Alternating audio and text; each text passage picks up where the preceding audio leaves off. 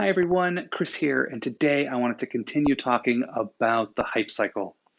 And I wanted to just sort of jump right in with the first stage of the hype cycle, which, if you remember from yesterday, was sort of it's a Gartner kind of thing and comes to us thanks to Jackie Fenn. And you can read about it in the book Mastering the Hype Cycle, which unfortunately is out of print. So get a used copy if you can find one. The first stage in the hype cycle is the innovation trigger. And so the innovation trigger is really kind of when an innovation triggers attention.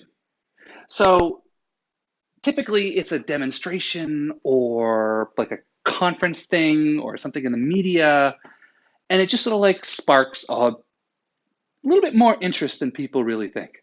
And this is at this point of the technology or the innovation's maturity, this is like hardcore nerd level technology. So for an example, today, if you want to do a podcast, you can grab your iPhone, flip it open like Boss Jock Studio or whatever they're calling it these days, and record for like 2 seconds and auto publish. Actually, it's even easier now with Anchor. It's like one button. But back in the day when there was the innovation trigger, there was a demo at a blogging conference where they were literally talking about editing the XML code in the RSS feed to put in a manual enclosure tag that linked to an MP3 file that would then be downloaded and had to run a script to stick it on your iPod. So that's what we're talking about, like the embryonic nerd type level of technology. And most people don't even notice this stage at all.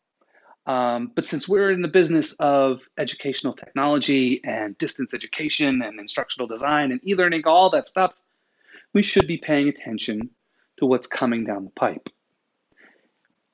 Innovation trigger. So you watch those announcements and you watch those things and you take note of things that could be useful with a little bit more maturity. One of the things that I like to do is when I see something that I find interesting and I kind of get excited about, even at that kind of embryonic stage, I'll go to Google Alerts and just make an alert for myself. So it's like I get the news in either in my RSS reader or to have it sent to your email. And that's kind of what this stage is all about. This is the discovery stage. This is when people start to get excited, but it's still not anywhere near prime time. And if you watch this stage, if you're watching these early events and you're hanging out at this sort of level of technology and this level of hands-on, this is the soldering iron level of 3D printing when you had to like assemble the thing yourself. This is the gigantic, see, look, my hands won't even fit on the thing because it weighed so much, the VR headset. Remember when it had like the giant cable coming out? That kind of stuff. So really embryonic technology, but this is the stage where it captures people's attention.